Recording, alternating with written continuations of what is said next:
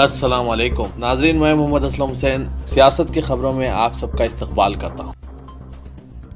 ملک میں مہلک بیماری کے تعلق سے معمول کی پریس کانفرنس میں مرکزی وزارت صحت نے دعویٰ کیا ہے کہ ہندوستان کی 23 ریاستوں کے 47 اضلاع میں گزشتہ 28 دنوں میں مہلک بیماری کا ایک بھی مریض سامنے نہیں آیا ہے، جن میں کرناٹک کا کوڈاگو ضلع بھی شامل ہو گیا ہے۔ واضح ہے کہ جس علاقے میں لگاتار 28 دن تک نیا مریض سامنے نہ آئے، اسے وبا سے پاک تصور کیا جاتا ہے۔ اس کے ساتھ وزارت صحت میں جوائنٹ سیکرٹری لو اگروال نے بتایا کہ 12 ریاستوں کے 22 نئے اضلاع ایسے بھی ہیں جہاں گزشتہ 14 دنوں سے کوئی نیا معاملہ سامنے نہیں آیا ہے۔ جن اضلاع میں گزشتہ 14 دنوں میں کوئی ایک بھی نیا کیس سامنے نہ آنے کی تصدیق ہوئی ہے، ان میں بہار کے لکھی سرائے، بھاگلپور اور گوپال گنج اضلاع شامل ہیں۔ اسی طرح راجستھان کے ادے پور اور دھولپور میں بھی 2 ہفتے سے کوئی نئے معاملے سامنے نہیں آئے ہیں۔ جوائنٹ سیکرٹری لو اگروال نے بتایا کہ جموں کشمیر میں پلوامہ، ہریانہ میں روہتک اور آندھرا پردیش میں وشاکھاپٹنم ضلع میں بھی 14 دنوں سے کوئی نیا معاملہ سامنے نہیں آیا ہے۔ 20 اپریل سے ملک کے چنندہ علاقوں میں لاک ڈاؤن کی سختی کم کرنے اور تجارتی سرگرمیوں کو بحال کرنے کے لیے راجناتھ سنگھ کی قیادت میں وزارت گروپ کی میٹنگ میں لائحہ عمل پر غور و خوض کیا گیا۔ اس دوران وزیر مالیات نرملا سیتارمن نے امید ظاہر کی ہے کہ پیر کے بعد ملک کی کم و بیش 50% تجارتی سرگرمیاں بحال ہو جائیں گی۔ وزارتی گروپ کی میٹنگ کے تعلق سے ذرائع نے بتایا کہ اس میں وہ علاقے جو ہاٹ اسپاٹ نہیں ہیں وہاں تجارتی سرگرمیوں کی بحالی سے متعلق لائحہ عمل پر غور کیا گیا۔ ساتھ ہی لاک ڈاؤن کے سبب عام آدمی کو درپیش دشواریوں کو کم کرنے کے امکانات بھی زیر غور آئے۔ وزیر دفاع راجناتھ سنگھ کی قیادت میں وزارتی گروپ کی 5ویں میٹنگ تھی۔ راجناتھ نے ٹویٹ کر کے اس کی اطلاع دی اور بتایا کہ ہم نے عام آدمی کو درپیش دشواریوں کو کم کرنے کے راستے تلاش کیے اور ان امکانات پر غور کیا کہ عوام کی مدد میں وزیر کا کیا رول ادا کر سکتے ہیں۔ واضح ہے کہ 20 اپریل سے چنندہ علاقوں میں لاک ڈاؤن میں ڈھیل کا اعلان خود وزیر اعظم نریندر مودی نے 14 اپریل کے اپنے خطاب میں کر دیا تھا۔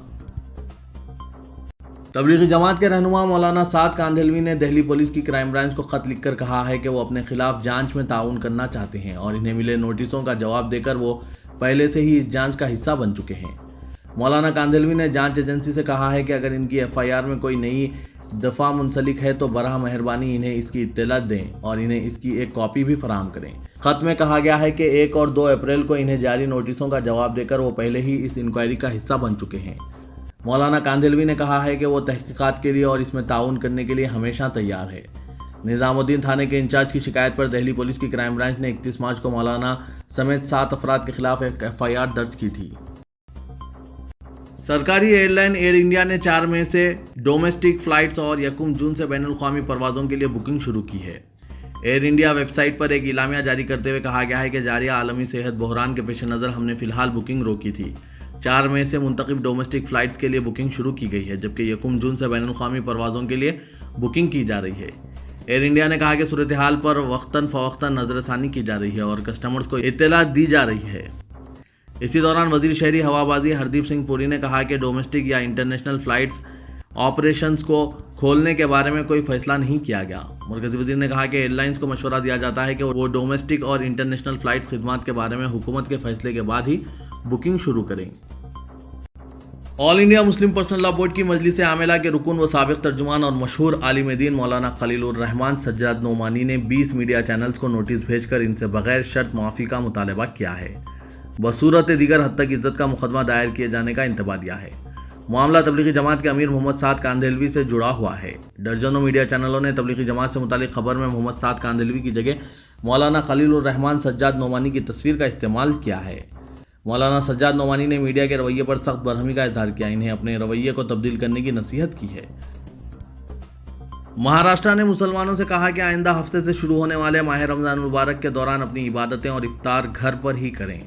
حکومت کی جانب سے جاری کردہ ہدایت یعنی ایڈوائزری میں تمام مسلمانوں سے استدعا کی گئی ہے کہ وہ رمضان المبارک کے موقع پر اپنی نمازیں، افطار اور تراویح کی نمازیں و دیگر عبادات اپنے اپنے گھروں میں ہی ادا کریں اور مہلک بیماری کے پھیلاؤ کو روکنے کے لیے جو احتیاطی تدابیر بتائی جا رہی ہے اور حکومت کی جانب سے جو احکامات دیے جا رہے ہیں ان پر سختی سے عمل کریں۔ اس طرح کی ہدایت مہاراشٹر کے محکمہ اقلیتی بہبود نے بھی جاری کی ہے۔ ریاست میں مہلک بیماری کے پھیلاؤ کو روکنے کے لیے 3 مئی تک لاک ڈاؤن جاری ہے اور اس دوران تمام عبادت گاہوں میں عبادت کرنے پر پابندی عائد ہے۔ دہلی پولیس نے JNU کے طالب علم شرجیل امام کے خلاف چارج شیٹ پیش کی ہے۔ شہریت ترمیمی قانون کے خلاف مظاہرے کے دوران ملک مخالف تقریر کرنے کے ملزم اور جواہر لال نہرو یونیورسٹی کے طالب علم شرجیل امام کے خلاف پولیس نے ہفتے کو اضافی چارج شیٹ داخل کی۔ پولیس کے ایک عہدیدار نے بتایا کہ دہلی پولیس جامع تشدد معاملے میں فسادیوں کے خلاف پہلے ہی چارج شیٹ داخل کر چکی ہے، لیکن تفتیش کے دوران نئے حقائق سامنے آنے کے بعد شرجیل کے خلاف اضافی چارج شیٹ داخل کی گئی ہے۔ مہلک بیماری ہندوستان میں ایک عجیب اور تشویشناک موڑ اختیار کر گئی ہے، کیونکہ سوشل میڈیا استعمال کرنے والوں کی اکثریت اور اصل دھارے کے چند میڈیا ادارے اس وبا کے لیے نہ صرف مسلم برادری کو ذمہ دار قرار دے رہے ہیں بلکہ دانستہ طور پر وبا پھیلانے کا الزام بھی عائد کر رہے ہیں۔ جیسے ہی دہلی میں تبلیغی جماعت کے اجتماع کا مقام مہلک بیماری کے ہاٹ اسپاٹ کے طور پر ابھرا، سوشل میڈیا اور نیوز چینلوں پر مختلف افواہوں کا سلسلہ چل پڑا، بالخصوص غلط زاویے سے مسلمانوں کو نشانہ بناتے ہوئے ویڈیو شیئر کیے جانے لگے جن میں انہیں چھینکتے اور تھوکتے بتایا گیا تھا۔ انڈیا ٹی وی نے 11 اپریل کے براڈ کاسٹ میں مہلک بیماری سے مرنے کے لیے 24/7 کام کرنے حکومت کی ستائش کی، لیکن اس کے ساتھ یہ دعویٰ بھی کیا کہ ایک کمزور رابطہ جیسے تبلیغی جماعت کے سبب یہ کوششیں ناکام ہو گئی۔ جماعت کی جانب سے تھوکنے کے واقعات سب سے بڑا الزام رہا۔ انڈیا ٹی وی نے اپنی نام نہاد تحقیق کی بنیاد پر یہ سوال کیا کہ انہیں تھوکنے کی بیماری کہاں سے آ گئی، کس مولانا نے وائرس کی علامت بتایا تھا۔ انڈیا ٹی وی چینل نے ایک اسلامی عالم کا قدیم ویڈیو بھی اس پس منظر میں استعمال کیا، حالانکہ یہ ویڈیو 2017 کا تھا۔ اس قدیم ویڈیو کی بنیاد پر انڈیا ٹی وی نے یہ جھوٹا دعویٰ بھی کر دیا کہ اسلامی مبلغ نے جماعت کے ارکان کو تھوکنے کے لیے مشتعل کیا تھا۔ یہی ویڈیو دوسری بار دکھایا گیا۔ اس ویڈیو میں اینکر نے مبلغ کا تعارف فیض سید کی حیثیت سے کروایا، جو کہہ رہے تھے کہ شیاطین کے غلبے سے اور وسوسوں سے بچنے کے لیے سورہ اخلاص کا پڑھنا چاہیے اور بائیں ہاتھ کی جانب 3 مرتبہ تھوکنا چاہیے۔ یہ ویڈیو کلپ سنانے کے بعد اینکر نے کچھ دیر وقفہ دیا اور پس منظر میں ایک خوفناک میوزک بجائی گئی، اور پھر ٹی وی اینکر چیخ و پکار کے ساتھ کہتا ہے، کیا آپ کو اب یقین آ گیا ہے یا نہیں؟ وہ پوچھتا ہے جماعتی ارکان آخر تھوکتے کیوں ہیں؟ پھر یہی اینکر کہتا ہے کہ یہ اطلاعات بھی ہیں کہ جماعتیوں کی طرف سے آئسولیشن وارڈز میں ڈاکٹروں اور نرسوں پر بھی تھوکا جا رہا ہے۔ یہاں یہ اینکر ایک مبلغ فیض سید کا تعارف کراتا ہے، پھر خود ہی پوچھتا ہے کہ آیا کوئی مذہب ڈاکٹروں اور نرسوں پر تھوکنا بھی سکھاتا ہے؟ فیض سید اسلامی ریسرچ سینٹر کے بانی بھی ہیں۔ اس کا عنوان تھا کہ اگر کسی کو اللہ کی ذات پر وسوسہ آئے تو کیا کریں، اور وہ اس کا جواب دے رہے تھے۔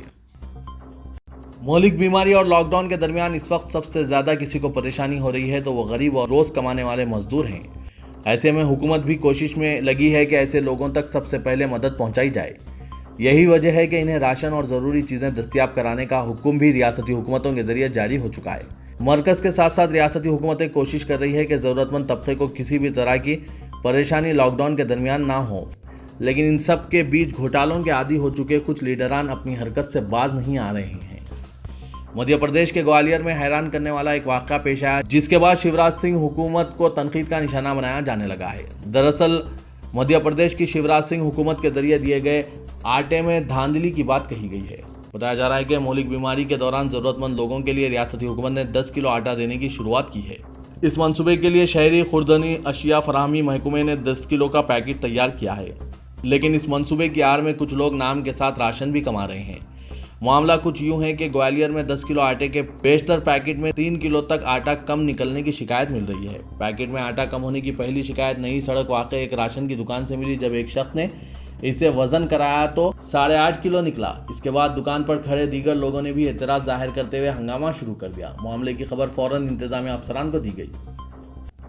لشکر علاقے کے لوگوں نے اس کی شکایت کانگریس رکن اسمبلی پروین پاٹھک کو بھی دی ہے۔ لوگوں کی شکایت کے بعد رکن اسمبلی دولت گنج واقع ایک سینٹر پر پہنچے۔ انہوں نے جب ایک آٹے کے پیکٹ کا وزن کرایا تو اس میں 7.5 کلو آٹا نکلا۔